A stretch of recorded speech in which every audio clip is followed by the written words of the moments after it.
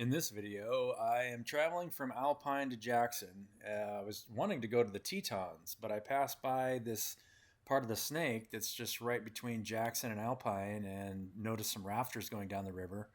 So I passed a place right after that was renting boats. So I rented a kayak and just kayaked the river. Didn't make it to Teton until the next day. This is the way out of Alpine, heading north on 26. I think it's 26. And you guys can see, maybe you guys can see the river down there. Beautiful Teton River. There's a bunch of rafters that I saw going down today. Beautiful area. Kind of lose cell phone signal in here, so I just decided to go ahead and videotape. I wasn't going to videotape any of the trip here. Going from Alpine. Oh yeah, you can see rafters down there. I don't know if you guys can see them. This is actually one of the better views. I'm glad I turned my camera on. But well, let's get some pictures, shall we?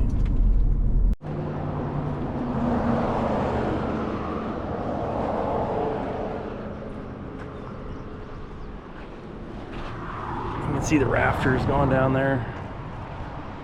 So if they got that is a green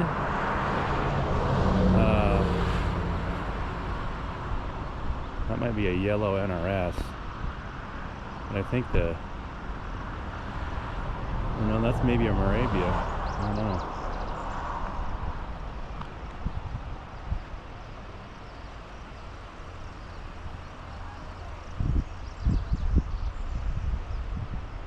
That's what I would want to be doing.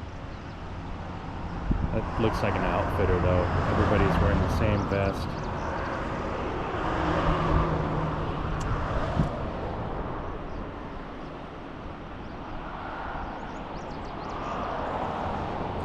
See the color of the water, it's got a lot of green silt in it. It's pretty. Trying to pull my battery out. The battery in these GoPros will get hot if you're charging it and recording at the same time. So it's best just to take the battery out for those of you GoProers out there. While we're going through this canyon, I figure I might as well talk about something that is dear to me that I haven't talked about on this trip yet. And it has a lot to do with this trip. It has more to do with the spiritual aspects. Some of you guys may know or may not know, I wrote a book called There's Only One Heart. And it's about how everything comes from and goes back to your own heart. It doesn't matter who you are, what you are, a tree, a bush, a rock, an atom. Everything comes from and goes back to your heart. That is the center of your awareness. And so your mind, your third eye chakra and your throat chakra are in your creative circuit. Now your mind is like a switch. Picture your mind as like a positive and negative switch. Now if it's in a negative state, it's in opposition to the flow from your heart. Your heart is trying to ascend, go up, while everything is just naturally receiving on the bottom end. Your lower three chakras are your receptive chakras, and everything is slowly coming into your bottom three chakras. Now, if anytime you try to actively pull with your third eye chakra, it's in a negative polarity, which is why sales is a negative spiritual battle. And sales is so difficult to manage because, and even sales and advertising experts are, you're trying to manipulate the emotional state of someone else to sell whatever it is that you have to offer. Not knowing, most of the time, unconsciously, that person or thing is sovereign. It's independent of anything else. So not only is everything you see around you a part of you, because when you expand to the bigger system, it's just one point. It's sovereign as well. So everything around you is a part of you, and you're sovereign at the same time. It depends on your point of awareness. And the only way to expand your awareness and feel everything around you is to stay in non-judgment, because if you judge something as good or bad, your discernment will lessen, because you're putting yourself at war with that thing, not understanding that it just doesn't know what it is. We are everything. This is one of the most difficult spiritual concepts to get through, and because you're overcoming the survival act, the feeling like you need to, sell something in order to survive. This is ultimately the lesson that Jesus was teaching, and how he was, in every healing that you see or read about in the Bible, or it's a miraculous healing where somebody's completely healed from head to toe, they have to believe. Or nowadays we're using hypnotherapy to put the mind to sleep, because the mind will, in most of the patients, probably all of the patients that are experiencing some kind of physical ailment, have felt separate, and that's why the body's dying. The body's dying because it feels separate, and so it slowly kills the heart. The heart stops providing for the rest of the body. So the only way to really overcome that, to overcome the switching into a negative polarity in the mind, is just to create in non-judgment and be open to receive. That process will put you through stages where your mind will fall into the deepest abyss, because you're overcoming, right, that fear of death. Ultimately, it's the fear of death. And you can't die. You're an immortal awareness that comes from whatever point of awareness you choose to put yourself in. I just made a post about this yesterday on LinkedIn, Facebook, Instagram. And it's really hard to put it in words to where people can understand. And you don't really have to. People understand, if they walk the path, which is the path that, Jesus taught, just to leave all external possessions and create from your heart space and just be open to receive. It forces you to deal with those shadow parts of yourself that thinks less of yourself, because you're going to get, undoubtedly, and this is part of the process, is you're going to get negative projections from your environment that you'll have to neutralize in the body and let the body heal. So as you're healing yourself, you'll also be healing your environment, because those negative projections will get reflected onto wherever the source is of that negative projection. This is when the lion lays down with the lamb, because the lamb is in a state of peace, and it's no longer afraid of the lion, and so the lion just lays down. At the same time, you're both the lion and the lamb, where the lion no longer feeds on the lamb. We see that a lot in society, and we have a lot of unconscious lions that are trying to sell you something that you don't actually need. You'll never really need anything. It's just an experience, right? So the act of, walking that path creates a scenario where you're constantly switching back and forth in emotional states that's rooted in a thought pattern of hope or despair. Hope and despair are emotional states that are rooted in optimism or negativity about yourself or about other people. And as you travel forward, eventually the switching back and forth between hope and despair lessons, and you get to a place where you're just completely neutral and your ability to listen is amplified. This is what creates the High Priestess card, you know, the intuitive receptor that neutrally stands between the two pillars of severity. And the Hierophant card is able to teach how to get to the High Priestess card. You know, how everything is one. And, you know, the only way to really heal it is to not judge it, because everything is growing. The trees, the animals, the people around you, they're all growing. And the best way for them to grow is for them to witness and to deal with their own negative projections and their own judgments. It's not something that you can coach, you know, because a coaching act is, in a way, a emotional attachment to feeling like you need to help somebody or receive, you know, money, or you're going to die, right? So the only thing you can really do is teach that.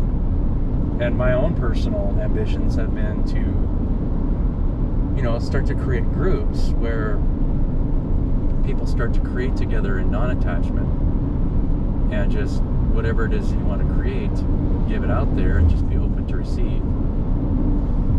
Now, there is a negative aspect to groups doing that, because now you're being supported by somebody else, and you don't have to take responsibility for your own sovereign action. And so it's been the one deciding factor that I've always fallen back on and thought, well, maybe it's not such a great idea to create groups that co-create. And co-creation will definitely happen, but not until, you know, you have people that have completely healed the body. So yeah, I mean, that's my own personal war of thinking, because, you know, we all love to spend time together and love one another, and, you know, do it in non-judgment, so we're not projecting negative, you know, ideas or thought forms upon one another. It's very interesting. Creating heaven on earth is not a singular person job. You know, it's an eventual evolution of the human consciousness to where we just start creating everything and sharing everything together and not being attached to it. And, you know, once we get to that point, then we're actually experiencing everything together without, there would be no money, and there would be nobody that would be sick as well, because people in the highest ascended state, for one thing, would just, you know, heaven has a gate that goes both ways. You just allow people in as they're ready. And it's pretty much that simple, you know. I've seen in my dreams, you know, crystal spires, you know, beautiful places that where we no longer have garbage. The only reason that we have waste on this planet is because it's you're creating something for profit, irregardless of what it does to yourself or the rest of the environment. Rented a boat. I passed a boat rental place and I was just like, yeah. So I got a dinghy, and I gave that gal up there a ride up here 'cause she was looking for a ride. This is perfect. I wasn't gonna make it to a hike today. Why not kayak the Teton? I've never been down this river before.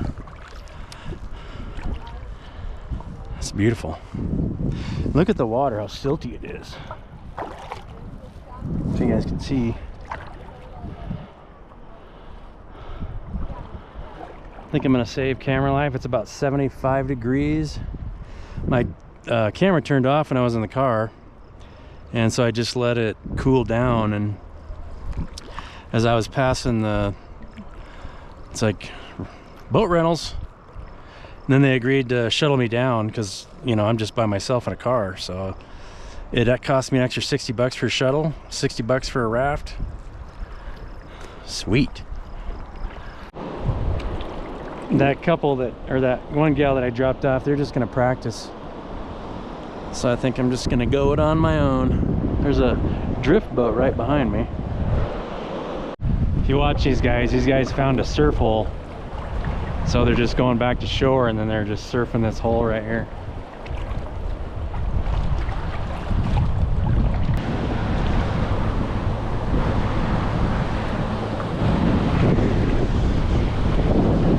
Hey guys.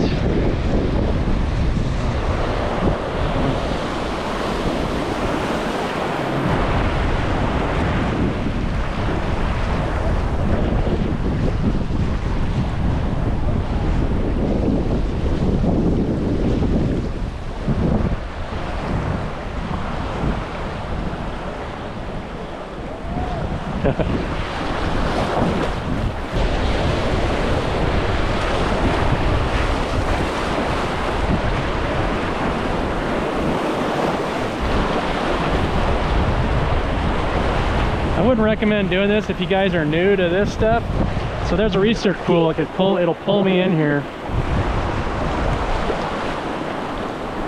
And whenever if you're in a kayak, you always want to plant with the side it feels like you're going to fall into. So it feels like you're falling left or right. Like if I'm falling right, I'm planting right. Or planting left, I'm falling left.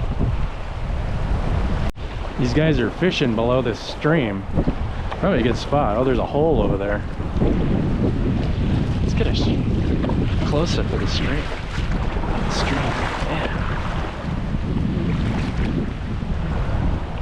Yeah, this is all good fishing spot right here.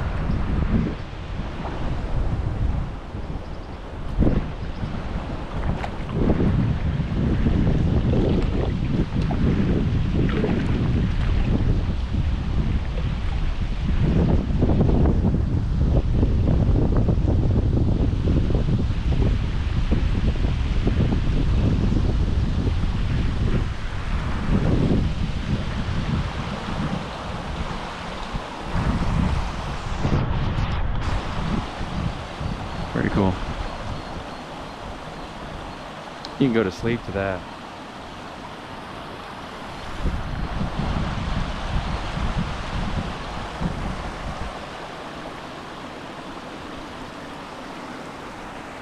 I'm gonna follow these guys. Watch these guys, right? It's hard to sink a boat like that when you got that many people. It looks like a 16-footer.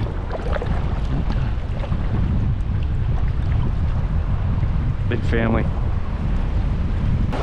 Oh, nice.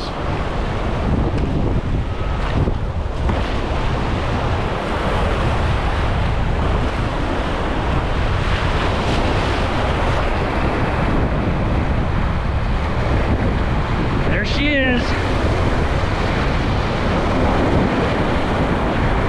Ah, that wasn't too bad.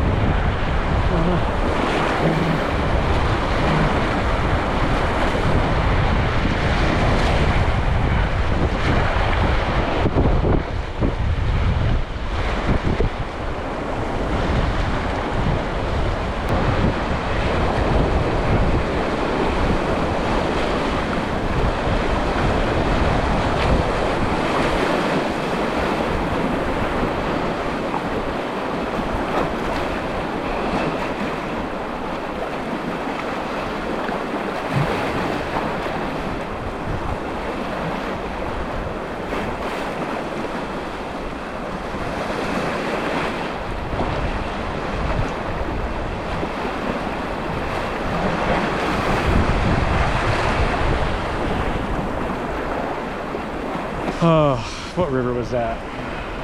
The Methau. And it was impossible to sink that boat. I think there was 8 of us in a little, 13-foot Super Puma. Felt like you were driving a barge.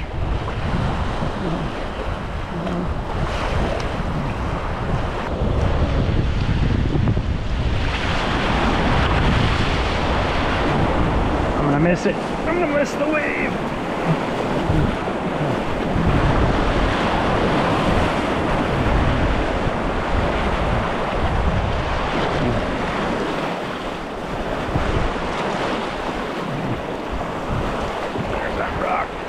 see that rock right there.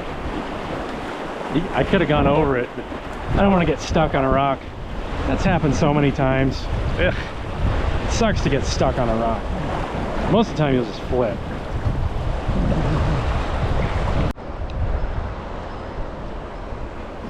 It's cloudier than it was yesterday? Huh? Cloudier than it was yesterday? It was completely clear yesterday. Oh, was it?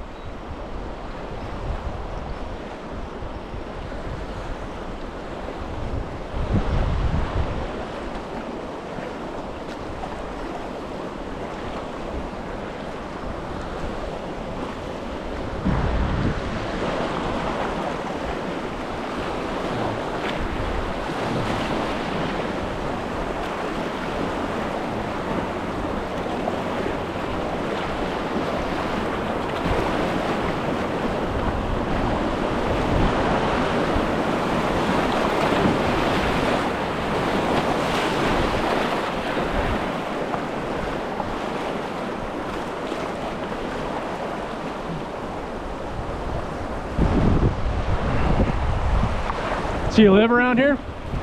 Utah. Utah? What part? Midway?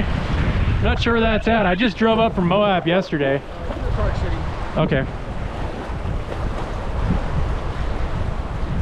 Yeah, I went that way on my way up. I went around from Moab. I just went around Salt Lake. I didn't want to go into Salt Lake.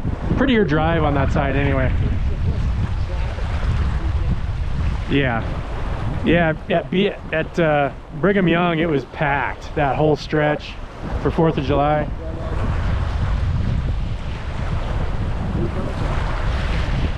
San Carlos, Mexico. Going back home. I live in Washington. But I've never been up here, so I was like... Oh, you're a Palestine farm? Nope. Oh, this is awesome. Yeah, so I passed the river, and then I passed a boat rental. Hey, let's rent a boat. Oh, really? Yeah. No, this is fun. Yeah. I used to have rafts years ago, and I sold them because it's hard when you get older. It's harder to find guys to go with if you don't have buddies that. Yeah, there's that strainer people got into yesterday. Oh, okay. Yeah. Doesn't sound like we're gonna run into any class 4s on this thing, but still a really fun little stretch of water.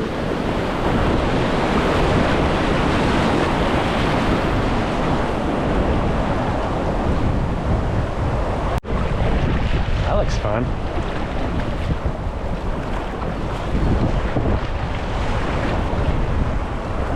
We're gonna miss it.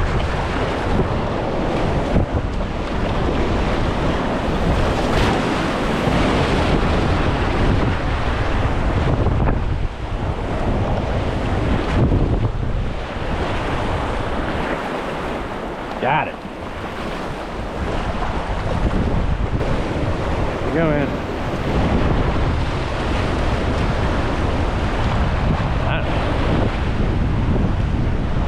Oh, there's the hole.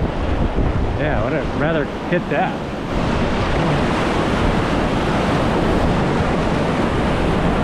I thought it was going to be on this side.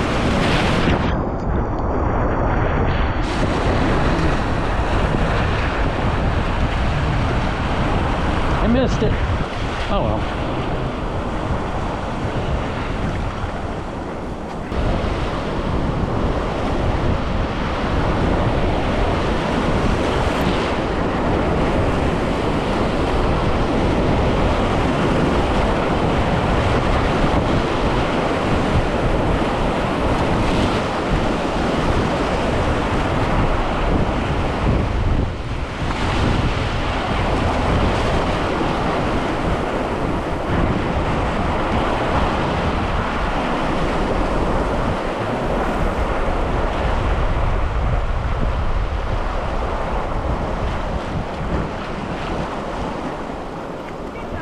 Yeah, that's fun.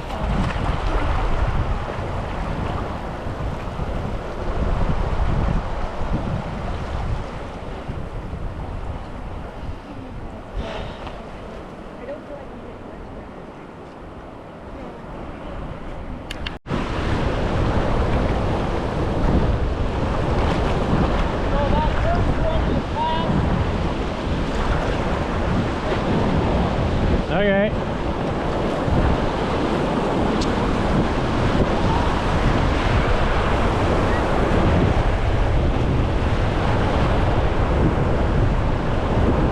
guys.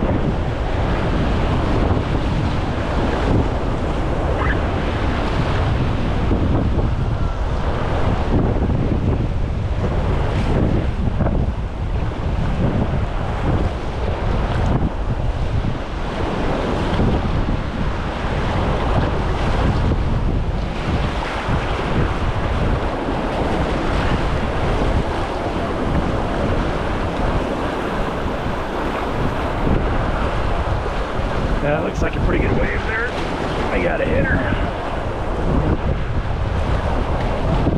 Oh, I got it.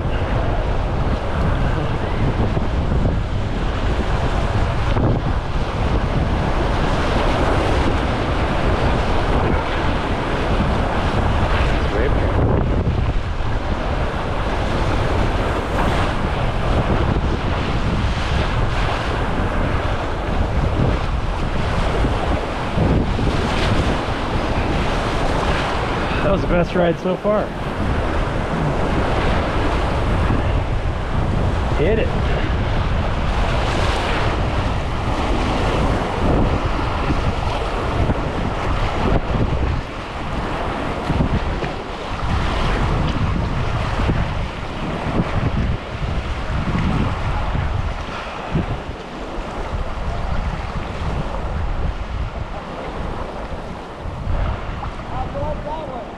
That was the best one so far. It was a nice wave train.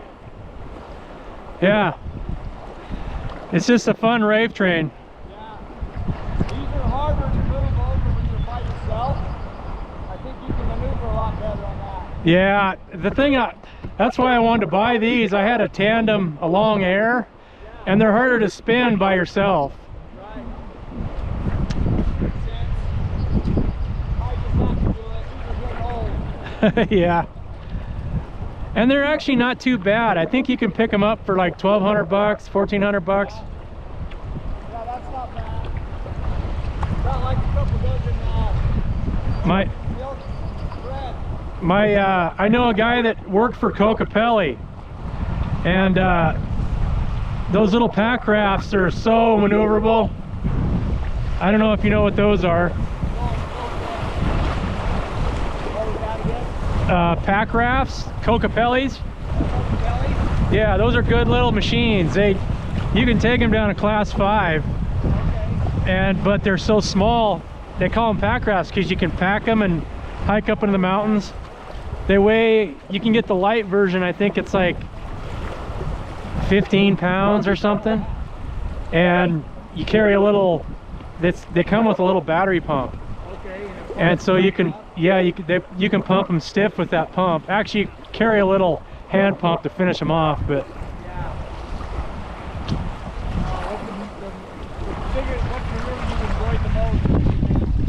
probably that little pack raft. Oh, what river? White salmon. White salmon. Duo lead on the white salmon. Yeah, that looks like it's just non-stop. Yeah, it's fun though. I watch it whenever we leave the main, and it's like, you gotta know what you're doing to go down that crap. Yeah, I've been over Hoosum Falls when you're not supposed to go over it. Yeah, well, it's dangerous because when the water gets high, there's a big boulder underneath the water, and it creates a really nasty washing machine in there. And I went over, and I was underwater in April in a dry suit, and I was underwater I wasn't sure if I was gonna come up. Yeah. You said the Coca-Cola, huh? Yeah, those are cool for especially stuff like this, because they're so maneuverable, and you can pick them up for like 900 bucks. They used to be.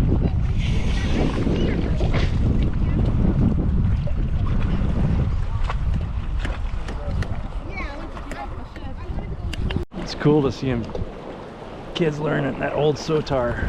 It's got a bunch of patches in it. He was just pumping it up.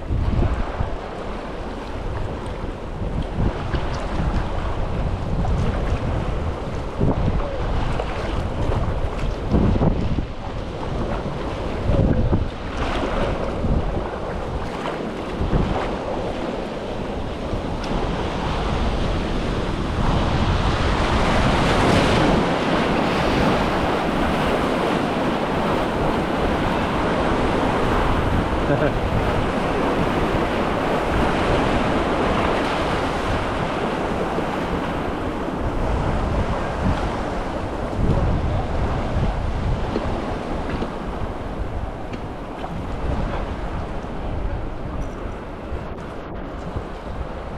gonna jump.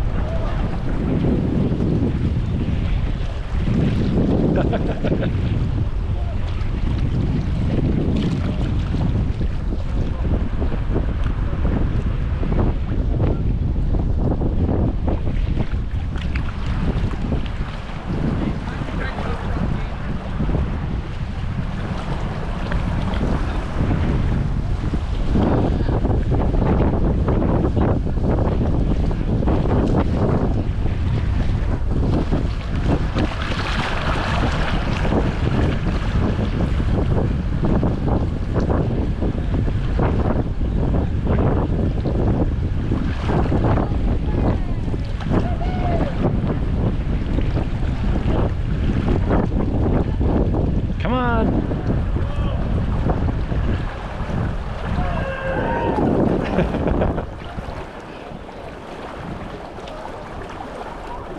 Cold.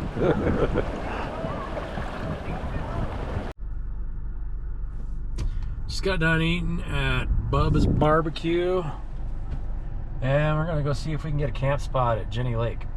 That was a fun trip. Everyone was nice. Everybody on the river was awesome, and it's a easy, like, hour and a half, 2 hour float, depending how long you want to float it. So yeah, let's get to campground. Heading up to Jenny Lake campground. The ranger at the ranger station said it's unlikely there's probably any spots available. We're gonna check it out anyway.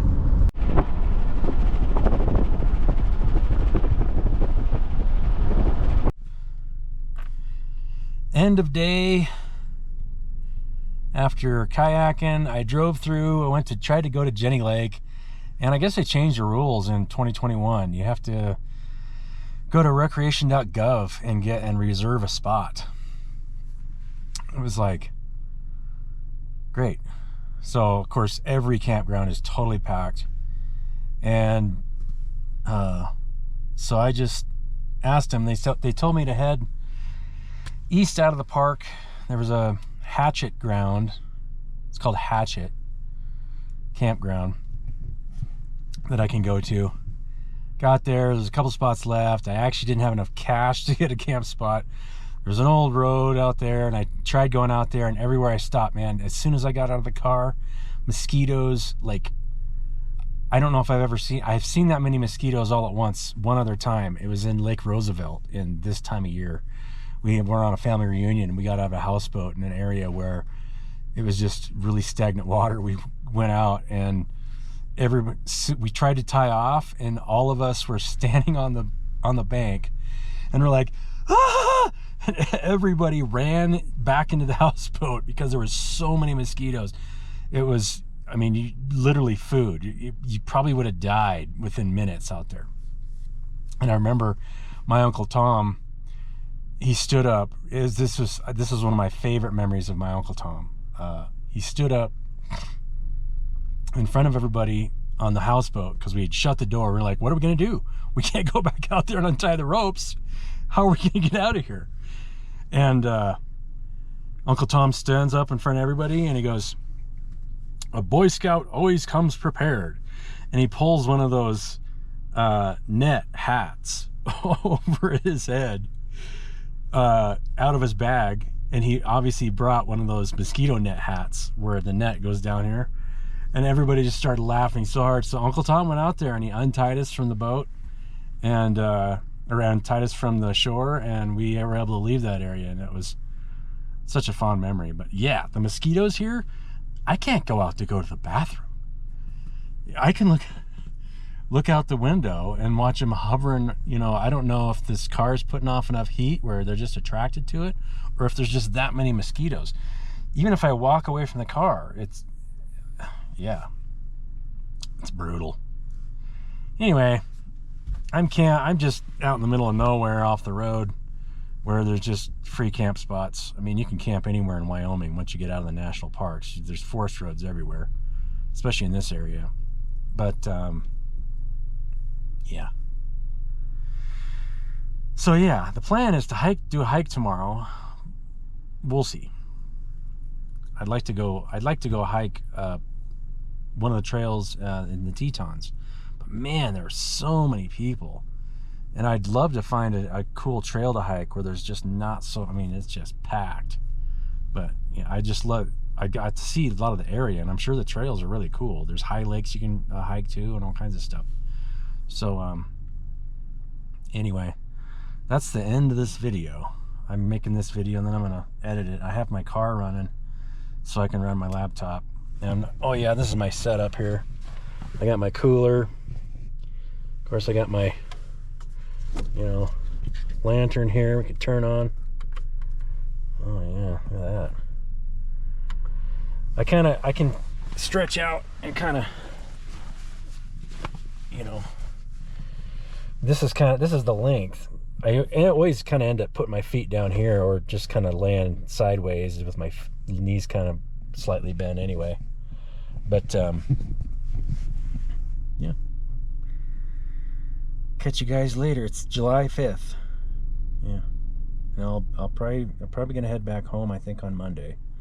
Just start the trek. Might not get home until Tuesday, but I'm actually within a day's drive now, so I can head home on Monday. And I probably need to head home on Monday because I've been gone for 2 weeks, and I just want to get actually I've been gone for 2.5 weeks, so I got to get mail and just do stuff like that. So bye guys. Look at that cloud. I thought it kind of looked like the oh, I can't remember the name of the animal that the kid rides in the Neverending Story. What's the name of that big white dragon looking thing that he rides? It looks just like him, doesn't it?